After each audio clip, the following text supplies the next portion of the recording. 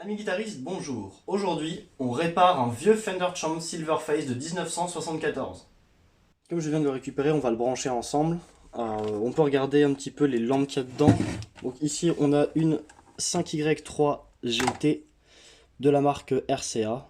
Toutes les lampes sont d'origine, tout a l'air d'être d'origine. Donc on a la lampe de rectification ici, que je vais pouvoir rebrancher si j'arrive à trouver voilà, l'angle. Une 6V6 GT Sylvania et ici une 12AX7 de la marque RCA elle aussi. Voilà. Donc a priori tout ça, ça devrait tenir suffisamment longtemps. On peut prévoir des capas de filtrage à changer là-dedans parce qu'il n'a jamais été modifié depuis 74. Il est entièrement d'origine. Et comme vous pouvez le voir, il est quand même assez sale. On a de la rouille ici. On a de la poussière qui s'est accumulée sur tout le Tolex, donc je vais le laver tout doucement à l'eau chaude avec du savon. De l'autre côté, il manque les deux potards, enfin les deux boutons de potard pour treble et basse à laver aussi. Le grill cloth est un peu abîmé ici, donc je vais essayer de couper les fils tout doucement et le remettre correctement, en tout cas le camoufler derrière la faceplate. Et la faceplate justement, donc le panneau avant, et les écritures sont en super état, hein. Le bleu est encore là, tout est clairement écrit dessus, mais par contre elle a vraiment des reflets, enfin l'espèce de polish qu'ils ont utilisé là, le vernis est parti et est très sale, donc ça je vais voir si je peux le récupérer. Au pire ça donnera un espèce de vieux style à l'ensemble de l'ampli. On verra donc rapidement si j'arrive à récupérer tout ça. Je vous propose de le brancher, de voir s'il fonctionne. Lorsque je l'ai ramené depuis là où je l'ai acheté, j'ai remarqué que les lampes de puissance et de rectification étaient inversées, donc tu m'étonnes que l'ampli marchait pas et qu'il était vendu pour pièce. Euh, je prévois quand même qu'on ait quand même du bruit, tout simplement, lorsqu'on va l'allumer. Donc la première chose que je vais faire, c'est le relier à la terre. Donc j'utilise une pince crocodile. Je la mets derrière sur la prise de terre de ma multiprise. Voilà. Et je l'attache à une des vis de l'ampli. Je vais essayer de vous montrer ça. Donc ça fait déjà une connexion qui me permettra de ne pas prendre de jus dans les pattes lorsque j'utiliserai l'ampli. Donc voilà, je l'ai relié au picot de terre sur ma prise et ça remonte, voilà, sur une vis du châssis. Donc là le châssis est bien relié à la terre comme il devrait l'être a priori. On va allumer ça, on va voir s'il y a du son qui sort. Alors regardons un petit peu. Forcément je n'ai pas branché l'ampli. Oui, la raison pour laquelle je le relie à la terre, c'est que c'est une connexion à deux points seulement. Donc là, s'il y a un souci d'alimentation entre le châssis, par exemple qu'il est connecté à la haute tension, hein, on se le prend dans les cordes, on risque de mourir. Donc on va éviter de mourir, parce que c'est toujours mieux de continuer de faire des vidéos sans crever. Voilà. Donc déjà, on entend un sale bruit. La lampe avant fonctionne. On attend un peu que ça chauffe. Ah ouais, d'accord.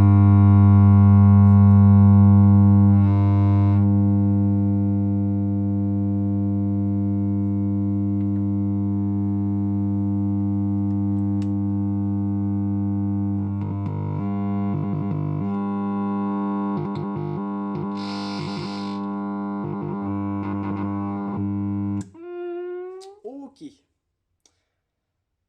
Waouh, il va y avoir du boulot. Alors, qu'est-ce qu'on entend là? Là, on entend le secteur, tout simplement. Ça veut dire que l'alimentation filtre très mal. Il va falloir changer les capas de l'alimentation, c'est sûr et certain. Je pense que les lampes fonctionnent bien. Bon, on a du son. On a donc les lampes qui s'allument, qui chauffent. La lampe de puissance fonctionne. La lampe de préampli fonctionne. Donc vous avez entendu en bougeant les potards que ça changeait un petit peu le son. J'ai branché un câble jack dans l'une des entrées et j'ai tapoté dessus pour essayer d'obtenir du son. Et effectivement, les potards ont l'air de fonctionner. Par contre, on a vraiment un buzz absolument terrible. On va regarder un petit peu comment est-ce qu'on peut l'ouvrir et comment on peut extraire le châssis pour regarder ce qu'il y a à l'intérieur. Voilà, je viens donc de sortir le châssis de la boîte de l'ampli, de son cab. On remarque tout de suite qu'on a le transfo de puissance ici, le transfo de sortie est là. On a sorti haut-parleur à cet endroit-là sur RCA. L'énorme capa de filtrage à cet endroit-là, qui est certainement la cause du bruit, il faudra la remplacer. On pourra aussi tester une d'autres lampes dans les différentes combinaisons. Donc j'ai une 6V6 qui traîne, j'ai du 12AX7 et j'ai une 5Y3 que je peux essayer aussi.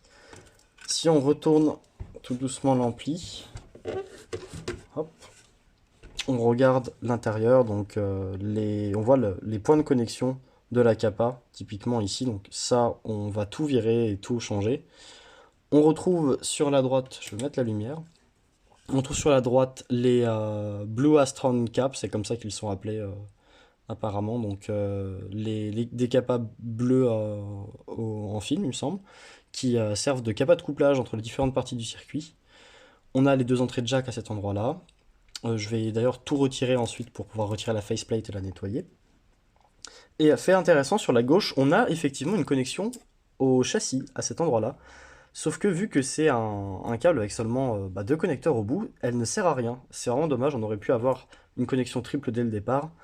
Notons aussi que on a ici les deux fils qui servent certainement, je pense, à la connecter sur du 110 volts et pas du 230 volts. En fait, la façon dont le transformateur est connecté au primaire va déterminer quelle tension on peut lui appliquer, soit 110 aux US, soit 230 en Europe, généralement. Donc c'est pas mal tout ça, ça a l'air d'être absolument vieux, jamais touché en fait, je vais dire absolument neuf, mais non, ça a l'air d'être d'origine en fait. Tout ici a l'air d'être d'origine. Va pas y avoir grand chose à remplacer, je pense. Va falloir aussi que j'arrête de foutre les doigts dans le circuit parce qu'il y a quand même des tensions potentiellement mortelles. D'ailleurs, je vais décharger la capa. De toute façon, elle est foutue, donc je pense qu'elle fuit. Mais dans le doute, j'ai ça et je vais pouvoir décharger la capa gentiment. Voilà. Donc ça, c'est juste une pince croco que j'ai coupée en deux, un fil de pince croco que j'ai coupé en deux. J'ai mis une résistance de genre 5 watts. Je crois que c'est 5 kOhm 5 watts. Quelque chose dans le genre pour qu'elle absorbe toute la tension, toute la puissance et qu'elle la dissipe en chaleur. Donc ça permet de décharger rapidement les capas lorsqu'elles le sont. Qu'est-ce qu'on va changer là-dedans? À coup sûr, on va changer la capa ici. On va aussi changer les capas axiales ici, les Mallory blanches 1, 2 et 3 qui sont des capas de bypass, hein, donc elles vont virer. Je ne sais pas pourquoi le board est autant bombé à cet endroit-là. Je vais peut-être le dévisser aussi pour pouvoir le nettoyer un petit peu. En tout cas, il n'y a pas la graisse comme on peut avoir sur certains amplis Fender. On voit qu'il y a une connexion quand même au châssis qui est fait en ce point-là. Sinon, ça a l'air pas trop mal. Ça m'a l'air plutôt bien. On n'a pas grand-chose d'autre à changer, à mon avis. Ça sera déjà pas trop mal. Faut juste faire un bon nettoyage, changer le câble, ça va être très important aussi, changer le câble pour un câble qui a effectivement 3 connecteurs au bout, parce que je veux absolument que le châssis soit relié à la masse, ça c'est les normes de sécurité de nos jours, c'est pas le choix. Si on veut pouvoir l'utiliser, on fait ça, on relie le châssis à la terre. Il est déjà relié à la masse, mais s'il y a un souci de masse ou quoi que ce soit et qu'on a genre 200 volts qui se baladent dans l'ampli à tout hasard, on va pouvoir virer ça. Ça m'a l'air pas trop mal. Je regarde s'il n'y a pas un death cap qui se balade. Hop, non, non, non, non, bon, bah super. Il n'y a pas de cap, pas de la mort, de death cap là-dessus, donc il n'y aura pas ça à virer aussi. Ça va être plutôt sympa. J'ai pu démonter le grill cloth ainsi que le châssis, du coup j'ai retiré toutes les parties métalliques et la poignée que j'ai lavé. J'ai passé tout doucement de quelques coups de brosse et de brosse à dents aussi pour retirer les différentes traces qu'il y avait sur toutes les surfaces visibles. Donc il reste encore un petit peu de poussière, mais ça m'a l'air d'être plutôt pas mal comparé à ce que j'avais avant. On va passer encore peut-être un petit coup ici, est-ce qu'on voit qu'il y a des traces de terre ou quelque chose comme ça. Pareil, le grill cloth est en état vraiment bon. Il y a quelques petits accros par-ci par-là, mais ils sont quasiment pas visibles, quoi. C'est surtout là-haut qu'on pouvait voir le grill cloth dépasser. Donc ça sera lorsque je le remettrai dans la... Parce que je remettrai le châssis avec, je pourrai voir si le grill cloth tient bon ou pas. Autrement, la backplate aussi est propre. J'ai commencé à retirer 2-3 choses à l'intérieur. Donc j'ai décablé la grande capa chimique que j'ai ici. Malheureusement, mon fer à souder n'est pas assez puissant pour retirer complètement les deux tabs, c'est-à-dire les deux petites encoches là, qui sont soudées au châssis. Donc je pense que je vais garder cette capa là et juste la mettre hors circuit avec ici le circuit de filtrage classique de l'ampli. Voilà, que je viendrai souder certainement par là, à la masse. Donc je vais essayer de garder ça le plus vintage possible, bien sûr, tout en ayant une réparation qui permette de l'utiliser. Notez également que j'ai retiré la faceplate, donc c'était vraiment collé hein, au châssis, mais avec l'âge, la colle est partie. On peut toujours la maintenir en utilisant les jacks, le potard de basse et le bouton on-off. Ça permet de la maintenir en place, donc je ne la recollerai pas derrière. Elle est légèrement abîmée sur ce coin-là, à cet endroit-là, et elle s'est légèrement pliée aussi lorsque je l'ai retirée. Bien sûr, elle est relativement fragile. Heureusement, toutes les écritures sont là, hein, il n'y a rien qui n'est parti. Mais, ben, on a toujours les traces ici, malgré un petit nettoyage, on a toujours les traces étranges d'espèce de polish bizarre qui est resté sur la faceplate. Donc je vais la garder comme ça aussi, ça donnera un aspect un peu vintage à l'ampli.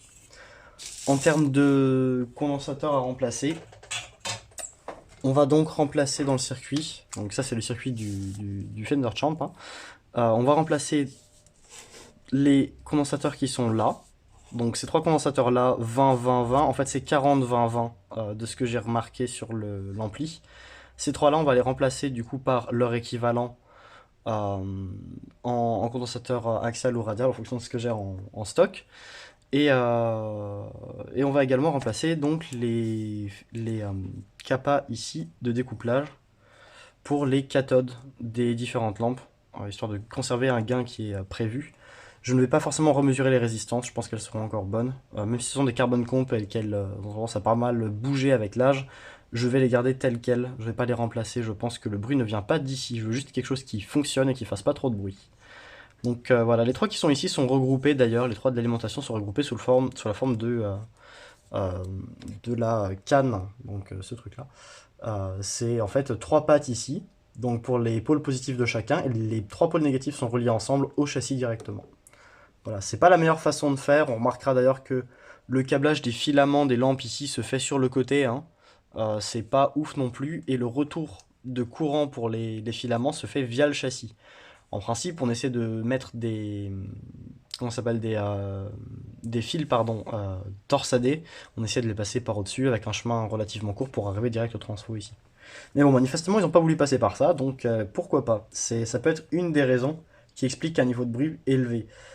En revanche, vu ce qu'on avait là, l'ampli qui était extrêmement fort, je pense très clairement qu'il s'agit de la capa de filtrage d'Alim. Et de toute façon, celles-là sont aussi électrolytiques. Les trois capas de... Pardon. Les trois capas de cathode sont également électrolytiques, ces trois-là. Et il va falloir les remplacer également. Et voilà, la réparation est effectuée. Enfin bon, c'est pas non plus top qualité. Dans l'idéal, il faudrait mettre des condensateurs axiaux et pas radio ici, pour ces trois-là, histoire que ça soit plus proche de ce qu'on a à l'origine. Donc je garde les trois condensateurs que j'ai retirés, je les garderai de côté. On a donc 22 microfarad, 2,2 microfarad et 22 microfarad. Les tensions sont plus élevées que celles d'origine également. Ici, on a un petit headboard avec juste les alimentations, les trois condensateurs qui viennent remplacer le condensateur en métal qui est monté sur le châssis. Ils sont surélevés bien sûr pour pas qu'il y ait de court-circuit et reliés à la masse avec leur propre fil, comme ça si jamais on veut modifier à nouveau ce circuit pour remettre un condensateur à la place de l'ancien, pour que ce soit plus proche de ce qu'il y avait à l'origine, c'est toujours faisable, heureusement. Je vais remonter la faceplate, nettoyer un petit peu les différents boutons et essayer de voir si l'ampli refonctionne un petit peu mieux comme ça. Voilà, donc j'ai rebranché le haut-parleur, j'ai refait la manip de tout à l'heure pour avoir la terre sur l'ampli et l'alimentation. On va pouvoir réallumer l'ampli et vérifier que notre modification a fonctionné. Donc pour rappel, ce condensateur est désormais hors circuit, on l'a remplacé par trois condensateurs. Et première chose qu'on remarque, c'est déjà qu'il ne fait plus de bruit. Donc là, le petit bruit que vous pouvez entendre, c'est certainement le téléphone, hein. Donc si je monte le volume ici, on entend bien que l'ampli a un léger souffle. Les potentiomètres sont aussi un peu scratchy, il faudrait de la bombe à contact pour les nettoyer rapidement, je pense. Hop. En tout cas, ça a l'air de fonctionner. Je vais brancher... Ah, je vais pas pouvoir brancher un jack directement là-dessus facilement. Hop, est-ce que j'ai pas un jack avec un angle pour tester? Hop, désolé, ça bouge dans tous les sens. Je dois avoir un câble de patch qui traîne. Voilà. Si je branche un câble dans le jack, dans l'entrée 1, on a du signal. Assez fort même. Si on le branche dans l'entrée 2,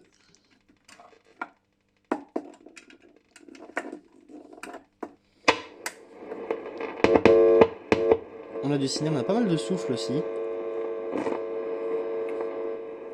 Donc les jacks et les potards mériteraient un peu de... certainement un petit peu de bombe à contact. Je vais remettre ça. Parce que c'est elle qui capte toutes les interférences. Sinon l'ampli est réparé et fonctionnel, je vais pouvoir le retester convenablement avec une guitare électrique. Petite pause comme vous pouvez le voir.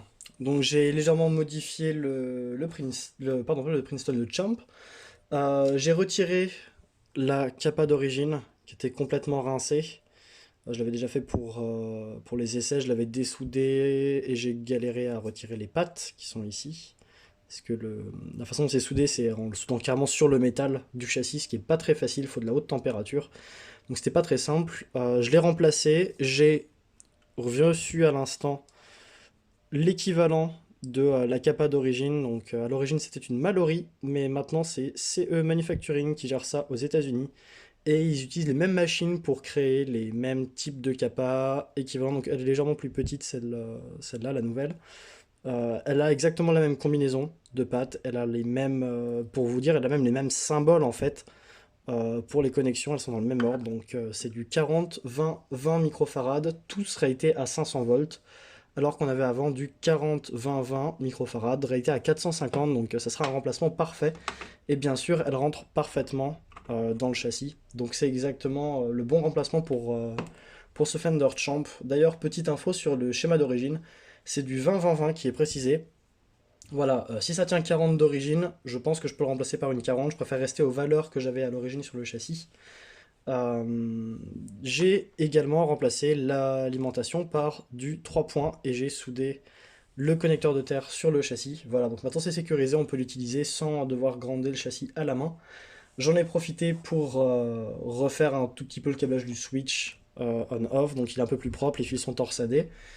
Je vais souder la nouvelle capa en place. Et j'ai en attente, qui devrait pas trop tarder à arriver, de quoi remplacer correctement les capas à l'intérieur du circuit, les capas de bypass. Donc des 20 micros, j'ai commandé du 22 microfarad à 50 volts et 2 microfarad, 2,2 microfarad à 50 volts aussi. Tout ça pour avoir en fait des capas axiales et pas radiales. Ça sera plus joli, ça atterrira correctement dans l'highlight board. Ça sera beaucoup plus propre en fait. Visuellement, ça ressemblera quasiment à l'original. Et j'aurai pas trop d'autres modifications à effectuer dessus. J'ai aussi commandé des boutons de rechange. Plus modernes, malheureusement, ils sont certainement en plastique. Ce sont les boutons des Fender Blackface et pas des Silverface. Mais soit. On fera avec. Tout ça, c'est commandé chez Banzai Music. Donc ça arrive d'Allemagne, demain a priori, donc vous aurez encore un cut, ça vient des US directement, ils ont été super rapides, je les ai commandés chez Antique Electronic Supply, que du coup je recommande, puisque même si bon, bah, on a 11 balles de frais de port pour arriver en Europe, il restait moins cher que Banzai pour le même produit, donc c'est pas plus mal en fait. Uncle Dog et le Gitologist sur YouTube, deux chaînes YouTube excellentes pour la réparation d'ampli vintage. Eux aussi commandent, il me semble, chez Antique Electronic Supply, ils sont relativement contents. Voilà. Et voilà, donc comme vous pouvez le voir, vous avez la capa Metal Can qui est remise en place, ressoudée au châssis et ressoudée aux différents fils de l'alimentation. Bien entendu, je touche avec les doigts, il n'est pas sous tension, hein. Rassurez-vous, j'ai tout déchargé avant de mettre les doigts à l'intérieur. Et voilà, il ne reste plus que les capas de bypass à changer. On peut remettre ça en boîte et remettre les boutons dessus. Petite vidéo rapide, je viens de recevoir dimanche à minuit les 3 condensateurs que j'ai remplacés donc ici, à la place des condensateurs que j'avais placés. Donc ceux-là sont des axiaux, ça sera quand même beaucoup plus joli à regarder que des condensateurs radio. J'ai aussi équipé donc les boutons de potentiomètre qui ressemblent beaucoup à celui d'origine. Hein. Ce sont en fait exactement les mêmes, sauf que ben ils sont neufs, donc ça rendra beaucoup mieux sur le champ. Sachant que j'avais qu'un seul bouton vintage, j'aurais bien voulu en mettre deux autres vintage aussi, mais bon, on fait avec ce qu'on a, donc j'ai les trois boutons. Je vais pouvoir tester le champ un dernier coup et le remettre dans sa boîte.